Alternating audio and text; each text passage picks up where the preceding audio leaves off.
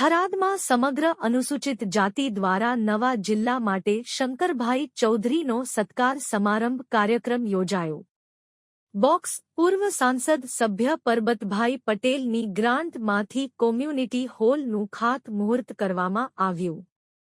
થરાદ ખાતે સમગ્ર અનુસૂચિત જાતિ દ્વારા નવા જિલ્લા થરાદ વાવ માટે માનનીય અધ્યક્ષ શંકરભાઈ ચૌધરી સનો સત્કાર સમારંભ કાર્યક્રમ યોજાયો હતો.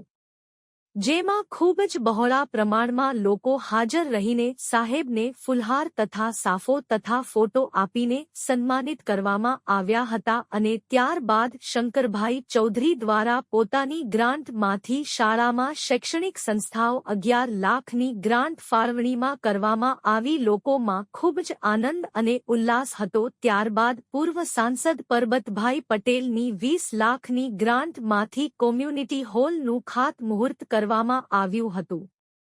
આ કાર્યક્રમમાં સમગ્ર અનુસૂચિત જાતિના લોકો ખૂબ જ બહોળા પ્રમાણમાં હાજર રહીને આ કાર્યક્રમને સફળ બનાવ્યો હતો.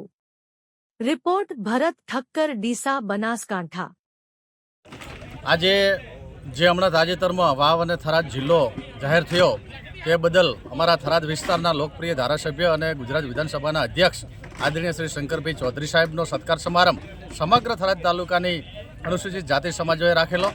સાથે સાથે જ્યારે સંસદ સભ્ય પરબતભાઈ પટેલ સાહેબ હતા ત્યારે 20 લાખ રૂપિયાની ગ્રાન્ટ અમારી સામાજિક શૈક્ષણિક વાડીમાં આપી હતી. કમ્યુનિટી હોલનું એનું ખાતમુહૂર્ત પણ શંકરભાઈ સાહેબ અને પરબતભાઈ સાહેબના હસ્તે કરવામાં આવ્યું અને બહુ બહોળી સંખ્યામાં જાતિ જ્ઞાતિ ભૂલી અને જે અનુસૂચિત જાતિની સબ કાસ્ટો છે તમામ કાસ્ટો એક થઈ અને બહેનો અને ભાઈઓ સાથે બહુ બહોળી સંખ્યામાં લોકો હાજર રહ્યા. હું રાઠોડ પથુભાઈ નાનજીભાઈ મોટીપાવા દૂધ મંડળીના ચેરમેન સમાજનો ખૂબ આભાર માનું છું કે અત્યારે અનુસૂચિત જાતિનો જે કાર્યક્રમ શંકરભાઈ ચૌધરી સાહેબનું સન્માન સમારોહ 0 જાહેર કરવા બદલ રાખેલ હતો અને કોમ્યુનિટી હોલનું જે ખાતમુહૂર્ત હતું અને બહોળી સંખ્યામાં સમાજ હાજર રહી અને આ તબક્કે માનનીય શંકરભાઈ ચૌધરી સાહેબે સમાજની વાડીમાં 11 લાખ રૂપિયા રકમ દાન આપી છે અને ભવિષ્યમાં પણ આ જે સમાજને કોઈપણ શૈક્ષણિક હેતુ માટે કોઈપણ દાનની જરૂર